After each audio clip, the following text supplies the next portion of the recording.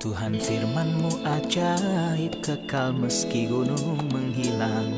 Tiada huruf yang gagal, tak terpatahkan siasat. Hidup seperti-Mu ya Allah, lebih dari emas. Aku bersaksi kitab-Mu, kitab yang suci. Terdengarkan firman-Mu, hibur hati yang luka. Terangilah langkahku kemanapun ku pergi. Biarkanlah firman-Mu berkuasa atasku. Ubahkanku, bebaskanku, ku mau menyenangkan-Mu. Selamat datang pemirsa yang terkasih, menyambut Anda semua dan pemirsa dimanapun Anda berada dalam episode baru program belajar harian Semua Kitab Suci. Masih mempelajari kitab-kitab perjanjian lama, khususnya kitab para nabi dalam kitab nubuatan yang pertama, kitab Yesaya, dan kita telah mencapai pasal ke-7 ayat yang ke-10 sampai ayat yang ke-14. Hari ini kita akan membicarakan tentang tanda dari tanda-tanda kelahiran Tuhan Yesus Kristus dari Sang Perawan. Sebelumnya izinkan saya menyambut tamu kita di studio, seorang hamba Tuhan, Saudara Yosef Riyad. Selamat datang Saudara Yosef. Terima kasih Saudara Riyad. Juga menyambut para hadirin bersama kita, selamat datang semuanya. Pemirsa yang terkasih, siapkan Alkitab, buku catatan, dan alat tulis Anda, dan mari kita belajar bersama. Kita akan memulai pelajaran hari ini setelah rehat, berjumpa kembali sesaat lagi.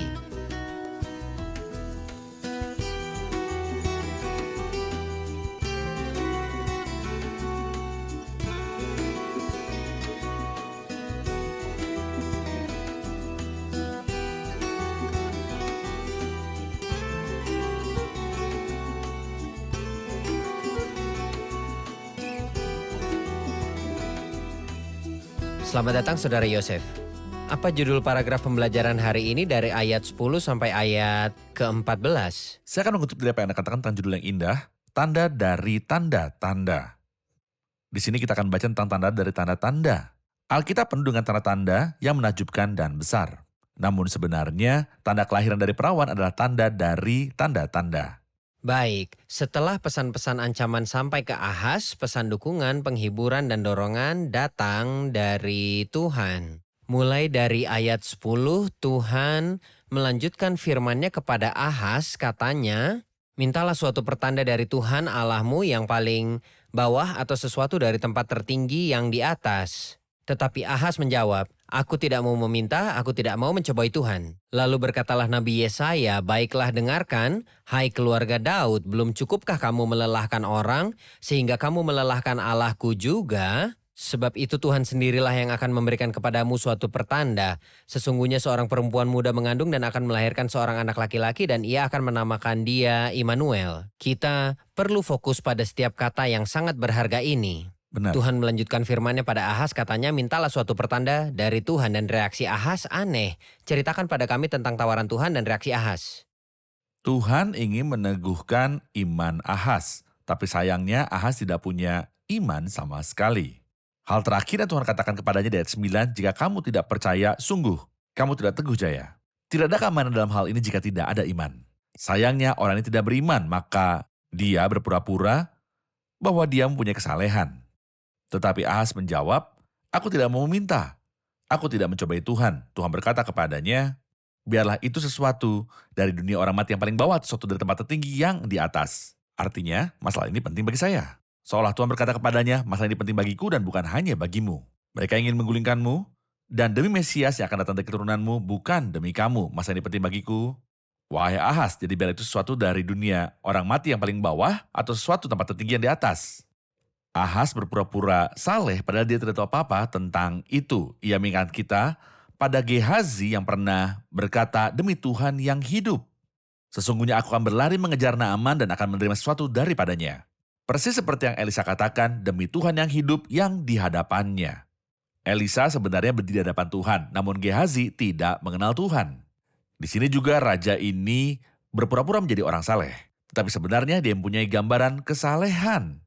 Aku tidak mau meminta, aku tidak mau mencobai Tuhan. Ia punya wujud kesalehan, namun Tuhan akan bicara tentang misteri kesalehan. Misteri kesalehan Tuhan dimanifestasikan dalam daging. Dan sesungguhnya agung rahasia ibadah kita, dia yang menyatakan dirinya dalam rupa manusia. Baik, ayat 13 lalu dia berkata, "Baiklah dengarkan hai keluarga Daud, belum cukupkah kamu melelahkan orang sehingga kamu melelahkan Allahku juga?" Tolong jelaskan ayat ini Saudara Yosef. Nah, ketika Ahas menolak bertanya, berpura-pura saleh, padahal dia tidak saleh, Tuhan mengarahkan bicaraannya bukan kepadanya, tetapi untuk seluruh keluarga Daud. Baiklah dengarkanlah hai keluarga Daud. Belum cukupkah kamu melelahkan orang sehingga kamu melelahkan Allahku juga? Tapi akankah engkau melelahkan Tuhanku juga karena ketidakpercayaanmu? Faktanya tidak ada yang melelahkan Tuhan di surga lebih dari ketidakpercayaan orang-orang di muka bumi. Apa yang Tuhan di surga minta dari saya atau Anda? Apa yang bisa kita lakukan? Bahkan perbuatan baik pun tidak bisa kita lakukan. Tuhan mencari iman. Atau jika saya menggunakan bahasa Kristus dalam Yohanes pasal 6. Inilah pekerjaan yang dikehendaki Allah, yaitu hendaklah kamu percaya kepada Dia yang telah diutus Allah. Namun ketika kita tidak beriman, seperti halnya Ahas yang jahat ini, aku tidak mau meminta, aku tidak mau mencobai Tuhan. Kita melelahkan Tuhan kita karena ketidakpercayaan kita kepadanya.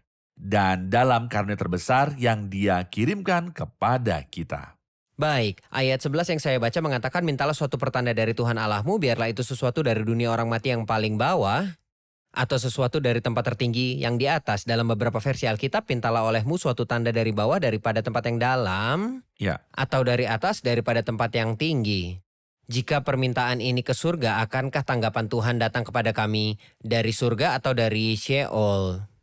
faktanya ayat ini mengingatkan kita pada sebuah ayat indah yang kita baca di Efesus pasal yang keempat, yang berhubungan dengan Immanuel. Ketika dia berkata, apa maksudnya selain itu? Ia yang telah turun, ia juga yang telah naik jauh lebih tinggi daripada semua langit. Ia juga yang telah naik jauh lebih tinggi daripada Izinkan saya semua mengajukan langit. satu pertanyaan.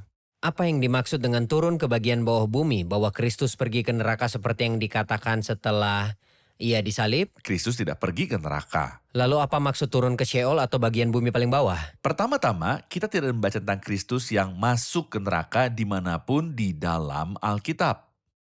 Jadi gagasan ini umum, namun sama sekali tidak Alkitabiah. Ketika Kristus mati, dia berkata kepada Bapaknya, "Bapa, ke dalam tanganmu aku menyerahkan rohku." Dan berkata kepada perampok yang bertobat itu, "Hari ini kamu akan bersamaku di Firdaus." Jadi Kristus naik ke Firdaus, tetapi turun ke bagian bawah bumi yang berarti kuburan. Kristus dikuburkan. Dia yang menghidupkan orang mati dikuburkan dalam kubur seperti manusia. Karena dia turun lebih dulu, maka dia berkata di sini, biarlah itu sesuatu dari dunia orang mati, yang paling bawah atau sesuatu dari tempat tinggi yang di atas. Dia menyebutkan kedalamannya terlebih dahulu, lalu tingginya karena dalam Efesus. Pasal yang keempat, dia berkata, ia yang telah turun, ia juga yang telah naik jauh lebih tinggi daripada semua langit. Seolah-olah dia ingin mengatakan, bukan hanya benih perempuan yang akan berinkarnasi, yaitu Immanuel, tapi dia akan melakukan pekerjaan yang menakjubkan ketika dia mati, Baik, bangkit dan naik ke surga. jadi dia datang dari surga, lahir, mati dan dikuburkan di dalam tanah atau sebagaimana dikatakan dalam dunia Sheol, keadaan mati. Tapi dia bangkit dan naik jauh melampaui seluruh langit. Oke. Baiklah, mari kita dengarkan pertanyaan dari para hadirin. Dalam ayat 10 ia berkata, Tuhan melanjutkan firman-Nya kepada Ahas. Ahas adalah raja yang jahat dan kita mengetahui bahwa pada masa raja atau imam yang jahat, nabi akan muncul dan Yesaya ada di sana. Jadi mengapa Tuhan berbicara dengan Ahas di sini, bersedia meneguhkan keimanannya, padahal jelas-jelas dia fasik? Apakah Tuhan berbicara langsung pada Ahas atau melalui nabi lain? Jika secara langsung, mengapa dia berbicara dengan Ahas padahal dia jahat? Tentu saja dia bicara kepadanya melalui Yesaya.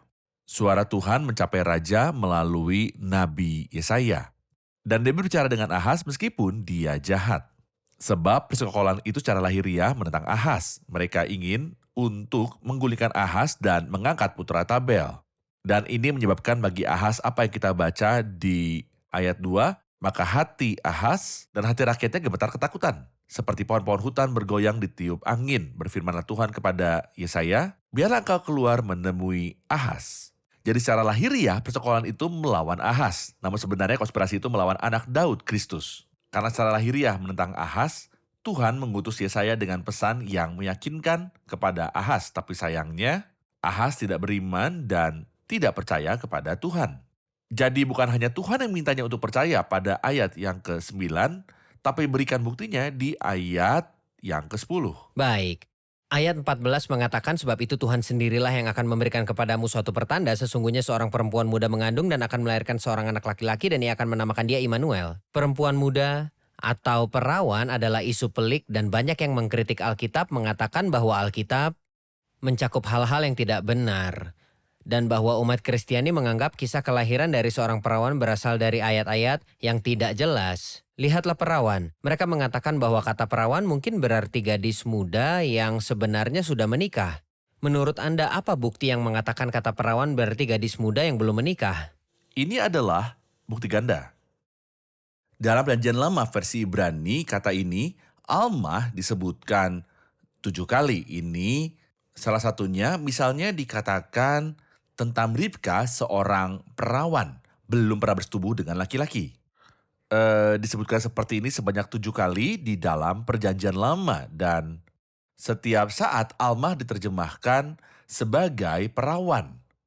Namun ada juga bukti lain, bahwa para pelajar bahasa Ibrani yang menerjemahkan Taurat versi Ibrani ke dalam Septuaginta pada tahun 72 di kota Alexandria telah menerjemahkan kata tersebut Almah ke Parthenos. Parthenos dalam bahasa Yunani tidak berarti apa-apa selain perawan yang belum pernah dikenal oleh laki-laki, yaitu belum nikah.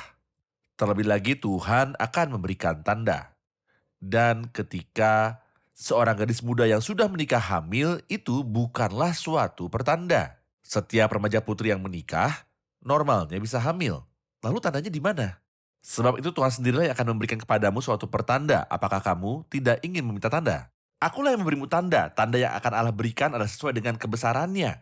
Dan bukan dengan pikiran manusia. Tuhan sendirilah yang akan memberikan kepadamu suatu pertanda. Tanda apa ini? Sungguhnya anak darah itu akan mengandung dan melahirkan seorang laki-laki. Jadi bukti pertama adalah bahwa Almah disebutkan 7 kali. Dalam Perjanjian Lama berarti perawan.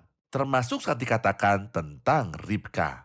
Hal yang kedua adalah bahwa para sarjana bahasa Ibrani, mereka yang memahami bahasa Ibrani lebih daripada pengkritik masa kini, telah menerjemahkan Almah ke Parthenos dalam Septuaginta yang dikutip Matius di pasal 1.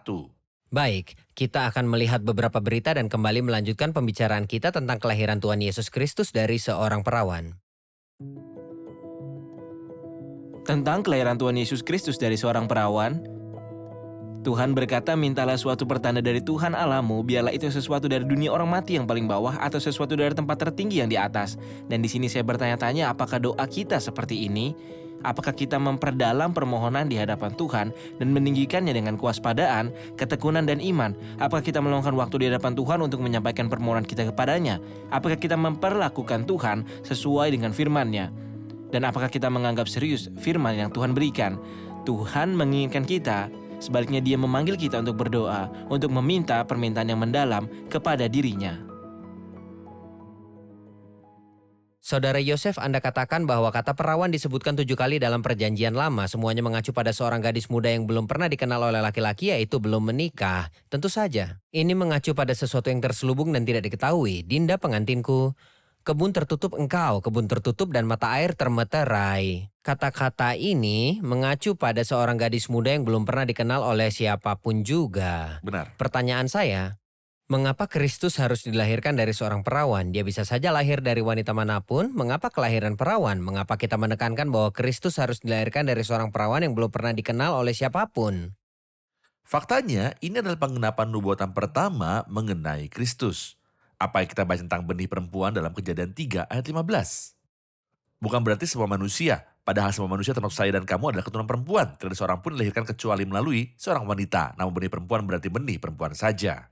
Benih perempuan saja. Itu sebabnya terangnya tampak jelas dalam Yesaya 7:14. Sesungguhnya seorang perempuan muda mengandung. Mengapa kita menekankan hal ini? Saya terkesan dengan salah satu pemikir Kristen yang menulis kitab bagus dan berharga berjudul Bukti yang Membutuhkan Keputusan, di mana dinyatakan sebuah asumsi. Dia berkata, jika Tuhan ingin menjadi manusia, dapatkah ia? Jawabnya iya, tentu saja dia bisa. Namun apa yang kita harapkan dari Tuhan ketika Dia datang dan memasuki dunia manusia? Dia mengatakan beberapa hal. Dia berkata misalnya perkataannya, harus lebih unggul dari perkataan seluruh umat manusia. Dia harus melakukan hal-hal yang tidak dapat dilakukan siapapun. Dan menangkal musuh nomor satu umat manusia, yaitu kematian. Namun dia juga berkata, dia harus memasuki dunia dengan cara yang belum pernah dilakukan siapapun sebelumnya. Saat ini, kita melihat raja dan presiden ketika mereka tiba di suatu negara. Mereka tidak diterima melalui gerbang biasa seperti orang lain. Mereka diterima melalui gerbang VIP resmi yang tidak dibuka kecuali orang-orang hebat. Namun, pada kenyataannya, Kristus bukan hanya salah satu dari yang agung. Kristus Dia itu besar. unik. Tidak ada seorang pun yang serupa dengan dia dan itulah sebabnya dibukakan baginya sebuah pintu yang tidak pernah dibukakan bagi siapapun baik sebelum maupun sesudahnya. Pintu apa itu? Itu adalah pintu kelahiran dari perawan. Mengapa kita fokus pada kelahiran dari perawan? Karena dua alasan. Pertama, tidak mungkin ada manusia yang terlibat dalam mendatangkan Tuhan ke bumi. Bahwa seorang pria akan menikahi seorang wanita dan memperanakan Tuhan seolah-olah manusia lain membawa Tuhan. Apakah ini logis dan masuk akal? Tidak mungkin ada manusia yang terlibat dalam mendatangkan Tuhan dari surga. Baik. Kedua, hal ini di luar persepsi wanita manapun. Jadi ketika Maria terberkati menerima kabar baik, dia berkata, bagaimana hal itu mungkin terjadi? Karena aku belum bersuami, artinya ini adalah sesuatu di luar persepsi dan imajinasi. Tuhan tidak menyalahkannya sebagaimana yang dia lakukan terhadap Zakaria. Mengapa dia menyalahkan Zakaria dan memukulnya dengan sikap bungkam? Karena dalam kasus Zakaria, hal itu pernah terjadi pada para penatua lain sebelum dia, seperti Abraham dan Sarah. Benar. Namun hal itu belum pernah terjadi sebelumnya Bahwa seorang dan perawan akan melahirkan, mengandung. dan inilah alasan mengapa Gabriel tidak menyalahkannya karena ini benar-benar sesuatu yang di luar persepsi. Adalah suatu keharusan bahwa Tuhan memasuki dunia melalui gerbang yang unik. Ada pepatah yang salah yang diulangi banyak orang, baik sengaja maupun tidak. Entahlah bahwa bukanlah sesuatu yang mengherankan bahwa Kristus dilahirkan tentang seorang wanita tanpa pria. Dan Adam, Karena Adam ada tanpa laki-laki atau perempuan. ini adalah hal yang umum, seperti Kristus seperti Adam. Bagaimana? Faktanya, ini adalah kekeliruan besar. Karena Adam diciptakan. Lalu apa maksudnya dia tanpa ayah dan ibu? Tuhanlah yang menciptakan dia. Kita tidak membaca satu kali pun bahwa Kristus diciptakan tetapi ia dilahirkan. Tentu saja Adam tidak mempunyai ayah atau ibu karena dia diciptakan. Tuhan menciptakan dia. Mereka juga mengatakan bahwa Hawa mempunyai ayah tetapi tidak mempunyai ibu. Benar-benar sebuah hayalan. Apakah Adam ayah Hawa ataukah dia suaminya? Tuhan ingin buktikan kesatuan perkawinan dan bahwa keduanya adalah satu. Jadi dia mengeluarkan Hawa dari Adam untuk menunjukkan kesucian pernikahan dalam sudut pandang Tuhan. Tapi Adam bukanlah ayahnya, dia suaminya. Namun setelah Adam dan Hawa, 40 miliar orang, sebenarnya dikatakan beberapa orang dilahirkan di dunia. Semuanya masuk Gerbang yang perkawinan sama. seorang pria dan seorang wanita. Tidak ada yang lain. Tidak ada jalan lain kecuali satu, yaitu masuk dari pintu unik, yaitu Kristus. Mengapa? Jika alasan diketahui, maka tidak mengherankan. Immanuel akan lahir. Sesungguhnya, seorang perempuan muda mengandung dan akan melahirkan seorang laki-laki. Dan ini luar biasa. Namun yang lebih menakjubkan lagi, anak yang akan dilahirkan itu akan diberi nama Immanuel. Immanuel tidak akan pernah bisa menjadi seperti Anda dan saya dan orang lain. Ini tidak mungkin. Izinkan saya merujuk pada pertanyaan sebelumnya. Mengapa Kristus berinkarnasi? Mengapa Tuhan berinkarnasi dalam pribadi Kristus? Banyak orang bertanya tentang perlunya inkarnasi. Apakah ini untuk memecahkan masalah dosa? Tuhan Maha Pengampun dan Penyayang. Dan dia bisa saja mengampuni dosa kita selama dia di surga karena rahmat dan ampunannya yang melimpah. Mengapa Tuhan perlu turun dan bermanifestasi dalam daging? Apakah Tuhan itu benar dan adil atau tidak? Misalkan seorang hakim sedang memeriksa sebuah kasus mengenai seseorang yang dicintainya. Misalnya salah satu teman sekelasnya. Ketika seorang hakim mengenakan jubahnya dan ia duduk di mimbar, dia harus menilai berdasarkan hukum bukan berdasarkan perasaan. Jadi ketika hakim duduk di mimbar, dia harus mewakili keadilan meskipun orang yang dituduh adalah sahabatnya. Apakah Tuhan tidak punya keadilan? Mungkinkah Tuhan menyelamatkan tanpa dasar? Upah dosa adalah maut. Bukti bahwa Tuhan itu adil adalah dia mengusir Adam dari taman. Karena dia melakukan kesalahan yang dianggap kecil dan sepele menurut ukuran manusia. Jika Tuhan mengusir manusia dari taman, semoga dia membawanya kembali ke taman. Setelah kita melakukan jutaan dosa, apakah Tuhan akan melakukan hanya dalam kasus ini? Tuhan itu adil. Bagaimana bisa dia mengusir Adam karena satu dosa, lalu jika saya masuk dengan sejuta dosa? Ini tidaklah masuk akal. Apa solusinya? Solusinya adalah bahwa orang yang tidak bersalah yang tidak berbuat dosa akan menanggung hukumannya. Jika saya tidak mampu untuk membayar hukuman kejahatan yang telah saya lakukan dan di sana ada seorang mencintaiku, ini tidak akan berhasil. Untuk dia hanya berkata, tidak apa-apa, jangan khawatir. Tidak, dia harus membayar hukumannya. Dari kejahatan menggantikan aku.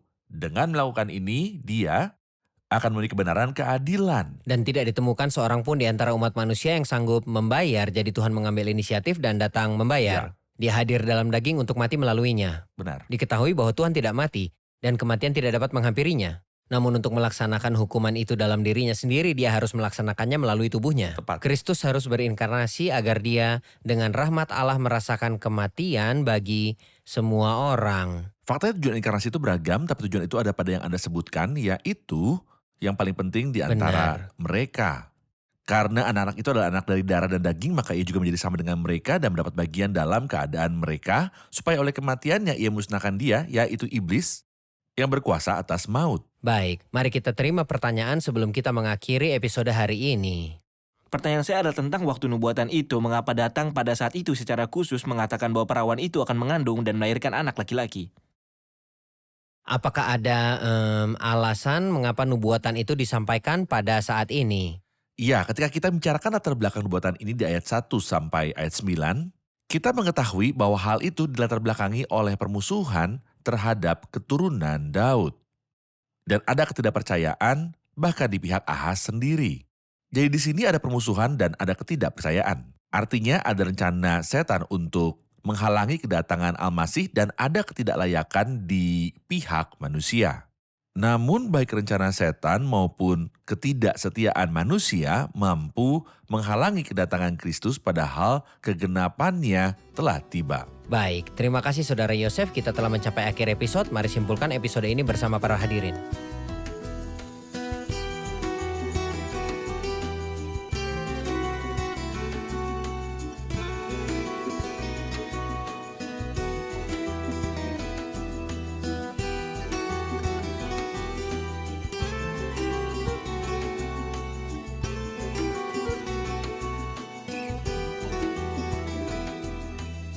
Pertanyaannya adalah, mengapa nubuatan tentang kelahiran dari perawan itu muncul di waktu itu dan apa latar belakang sejarahnya?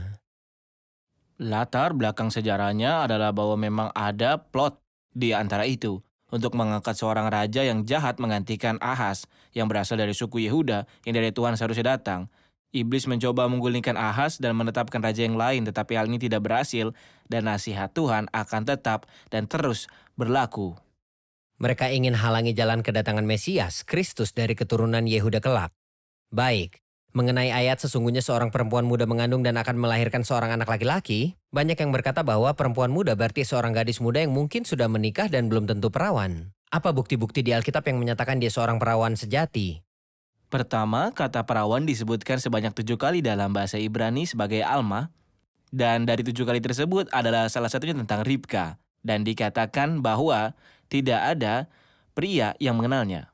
Tidak ada pria yang mengenalnya. Ya, juga para pelajar bahasa Ibrani telah menerjemahkannya sebagai Parthenos dalam Septuaginta dari bahasa Ibrani ke bahasa Dari Yunani. bahasa Ibrani ke Yunani. Dari bahasa Ibrani ke Yunani. Dan kata ini, kata Parthenos, artinya perawan yang belum menikah. Tepat. Bagaimana Saudara Yosef? Ya, Baik. itu betul. Mengapa Kristus harus dilahirkan dari seorang perawan, bukan dari hubungan seorang laki-laki dan perempuan?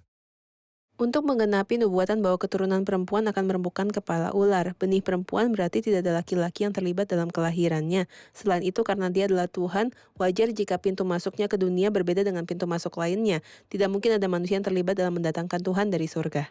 Baik. Tuhan itu pemaaf dan penyayang dan dia bisa saja mengampuni manusia selagi dia berada di surga. Mengapa dia harus datang dan mengambil tubuh dan mati dengan tubuh ini? Mengapa ia harus datang dan mengambil tubuh dan mati dengan tubuh ini?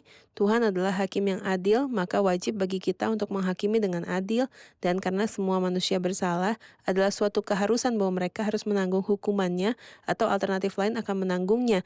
Tentu saja tidak ada manusia yang bisa menjadi alternatifnya, jadi Tuhan harus bermanifestasi dalam wujud Tepat, manusia. hukumannya adalah kematian. Dan karena Tuhan tidak pernah bisa mati, dia harus mengambil tubuh yang dia dengan anugerah Tuhan mungkin akan merasakan kematian bagi semua orang. Bagaimana Saudara Benar. Yosef? Baik. Benar. Terima kasih, Tuhan memberkati. Terima kasih Saudara Yosef. Tuhan memberkati. Tuhan memberkati. Amin. Sesungguhnya seorang perempuan muda mengandung dan akan melahirkan seorang anak laki-laki dan ia akan menamakan dia Immanuel, yang artinya Tuhan beserta kita. Ini adalah kabar baik bagi pengikut Kristus, wahai engkau yang tidak mampu menggapai Tuhan dan merasa tidak berdaya karena tidak mampu memuaskan Tuhan. Tuhan tidak meminta engkau melakukan sesuatu untuk mencapai Dia, sebaliknya Dia datang untukmu dan Kristus sendiri telah menyelesaikan pekerjaannya di kayu salib. Yang harus kamu lakukan, wahai kamu yang terpuruk, adalah menerima Kristus yang datang khusus untukmu. Terimalah Dia untuk mendapat penerimaan kekal di hadapan Tuhan. Sampai jumpa di episode mendatang untuk terus mempelajari pasal ini, pasal 7 dari kitab Yesaya. Semoga Tuhan menyertai Anda.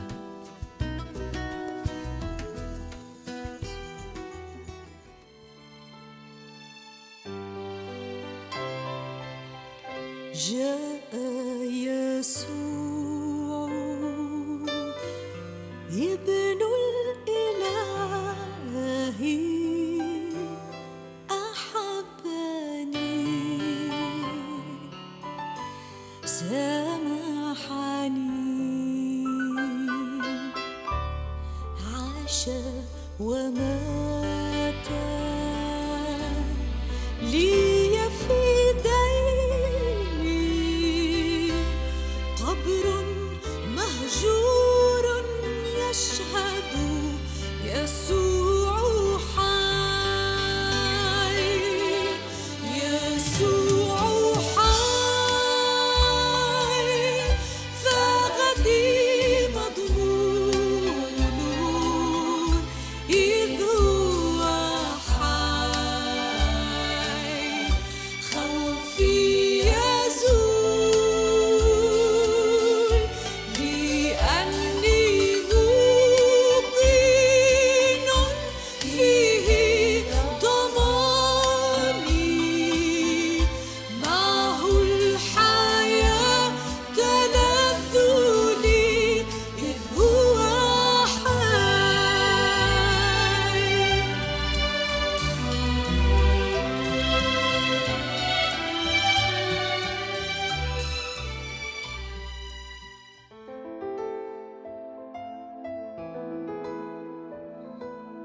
Tuhan firman-Mu ajaib, kekal meski gunung menghilang. Tiada huruf yang gagal, tak terpatahkan sia-sia. Hidup seperti-Mu ya Allah, lebih dari emas. Aku bersaksi kitab-Mu, kitab yang suci. Mendengarkan firman-Mu, hibur hati yang luka. Terangilah langkahku kemanapun ku pergi. Biarkanlah firman-Mu berkuasa atasku. Ubahkanku, bebaskanku, ku mau menyenangkan-Mu. Tuhan firman-Mu ajaib, kekal meski gunung. Ubah dan bebaskan aku.